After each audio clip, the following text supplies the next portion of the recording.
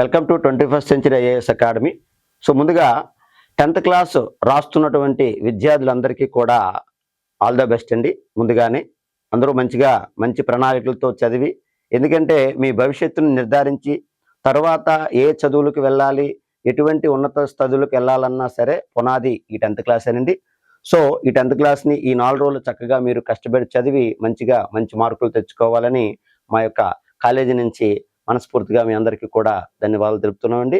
So first of all అయితే 10th class పూర్తవబోతున్నటువంటి విద్యార్థులకు so 21st century college యొక్క 21st century IAS academy అండి. మా యొక్క మెయిన్ గోలు ఐఏఎస్ అంటే 15 ఏళ్ళు దాటినటువంటి విద్యార్థి వస్తే ఇంటర్మీడియట్లో జాయిన్ అయితే డిగ్రీ పూర్తయ్యే లోపే వాళ్ళకి ఒక మంచి దేశ అత్యున్నత సర్వీస్ అయినటువంటి సివిల్ సర్వీస్లోకి కోచింగ్ అనేది ఇవ్వబడి అత్యున్నతంగా ఒక ప్రణాళికయుతమైనటువంటి విధానంలో ఇప్పుడు మనకి డిగ్రీ అయిన తర్వాత చదివింది వేరు, ఇంటర్మీడియట్ నుంచి వాళ్ళకు ఒక పునాది వేసింది వేరు. సో 10th పూర్తవుతున్న విద్యార్థికి సో ఒక పక్క ఇంటర్మీడియట్ చదువుతూ మరోవైపు వాళ్ళకి ఒక ఫౌండేషన్ అనేది ఇస్తామండి. సో ఒక పునాది అనేది పోటీ పరీక్షల యొక్క వాతావరణం అనేది ఇవ్వడం అనేది జరుగుతుంది. సో మిగతా కాలేజీతో పోల్చుకున్నట్టుగైతే మన కాలేజీ యొక్క ఇంపార్టెంట్ ఏంటంటే సో విద్యార్థికి పోటీ పరీక్షల మీద ఒక అవగాహన. సో రేపు పొద్దున్న వాడికి ఎగ్జామ్ అయిన తర్వాత ఇంటర్మీడియట్ అయిన తర్వాత సో తనంతట తానే వేరే పోటీ పరీక్షలకి రాయగలిగే ఒక క్యాబిలిటీ అనేది ఇంటర్మీడియట్ స్థాయి నుంచి పునాది ఇవ్వడం జరుగుతుందండి.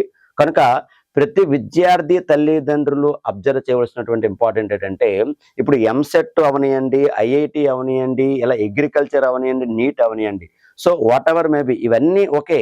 కానీ ఫైనల్గా ఒక విద్యార్థి అనేవారు ఒక ఉన్నతమైనటువంటి శిఖరాలకు వెళ్ళాలనేది ఎజెండాగా పెట్టుకుని సో గవర్నమెంట్ జాబ్ వైపు వెళ్ళాలని ఒక ఆలోచన ఎజెండా అనేది ఏ విద్యార్థికి తన యొక్క తల్లిదండ్రులు అనేవారు ఒక మోటోగా పెడతారో సో వాళ్ళకి ఒక బెస్ట్ రెఫరెన్స్గా మా కాలేజీ యొక్క ఉపయోగం అనేది చాలా అందుబాటులో ఉంటుందండి. ఒకసారి మీరు ఇంటర్మీడియట్ పూర్తయిన తర్వాత కేవలం ఇంటర్మీడియటే కాకుండా ఇంటర్మీడియట్తో పాటు పోటీ పరీక్షల మీద అవగాహన అనేది మన కాలేజీలో ప్రతి విద్యార్థికి ఇంటర్మీడియట్ నుంచి ఒక పునాది ఇవ్వడం జరుగుతుందండి. సో ఇలా ఇవ్వటం వల్ల ఈ 2 ఏళ్లలో ఒక మంచి స్పోర్టివ్ మంచి కాంపిటేటివ్ నాలెడ్జ్ అనేది విద్యార్థికి రావడంతో డిగ్రీలోని ఉన్నతమైన స్థానంలోకి జాబ్ కొట్టే అవకాశం ఉంది. సో ఈ అవకాశాన్ని విద్యార్థి 10th క్లాస్ పూర్తి చేయబోతున్న ప్రతి విద్యార్థి తల్లిదండ్రులకు నేను చెప్పేది ఒకటేనండి.